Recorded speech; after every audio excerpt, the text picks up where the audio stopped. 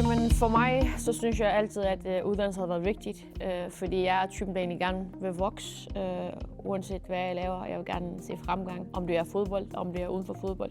Og jeg synes, det med dual career, jeg føler, at det har givet mig mulighed for ligesom at være skarp på begge fronter. Altså, jeg synes ikke, at jeg skulle ofre den ene frem for det andet. Måden, jeg har balanceret det på, det er jo, at man har sat sig ned, og så lagde man en plan for, hvordan kan det lykkes for mig at spille på det højeste plan, spille for nogle af de bedste klubber i verden, og samtidig med også sådan komme frem i mit studieforløb. Fordi det at man blev læge, det tager jo 6 år, og det tog mig 11 plus år.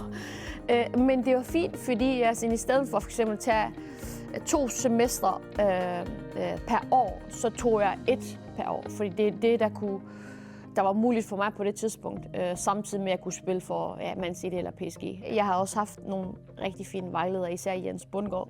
Bare det, at jeg vidste, at jeg havde en til sådan bakke mig op og sørge for, at jeg overholder alle de her tidsfrister, og ved egentlig, hvor jeg skulle søge om dispensationen, søge hjælp. Og plus det med, at du har nogle officielle mennesker, der skriver et brev, og så siger, hey, Nadia skal afsted med landsholdet, hun kan desværre ikke deltage i den her eksamen. Hun skal lige have dispensation. Det betød meget for mig at gøre min hverdag lettere. Altså, det er jo en puslespil. Altså, jeg har eksamen den 7. januar, som jeg skal være der, og vi har lige et eller andet kamp mod Chelsea med Man City den 6. Hvordan formår jeg at komme til min eksamen? Det er sådan, der er så mange af de her ligninger, der ligesom skulle løses. Det, at man også som nu med dual careers har mulighed for at kunne dele det op, gør, at der er mindre stress på en. Så jeg har helt klart anbefalet det. Men til tider, som især for eksempel under eksamensperioderne, der følte jeg til tider, at jeg var udfordret mere, end jeg kunne klare. Og der er jeg også god til at sige fra.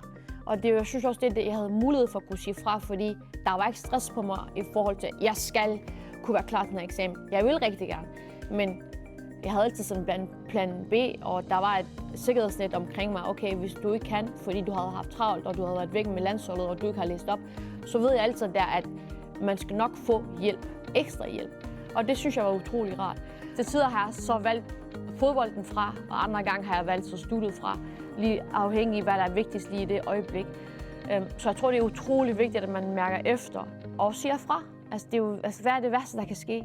Det skal man altid huske. Hvad er det værste, der kan ske? De fleste af dem, jeg kender, mange fodboldspillere, eks-fodboldspillere, på kvinde- og herresiden.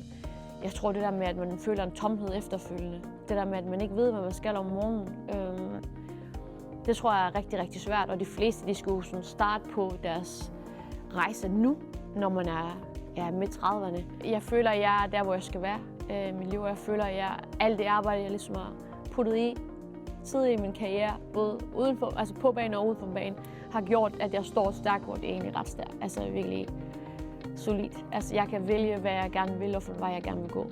Jeg har jo fra klokken 13 til klokken 18-19 til at kunne være i klinikken og arbejde. Og det synes jeg fungerer for mig, fordi jeg føler, at når jeg er her, så er det meget fysisk arbejde.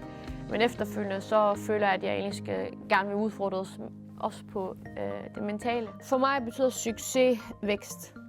Det er, at man føler, at man vokser hver dag. Og det behøver ikke være kæmpe vækst. Bare det sådan er nanometer. Det er også det, at man bevæger sig frem. Om det er på banen, uden for banen. Ja, generelt som menneske.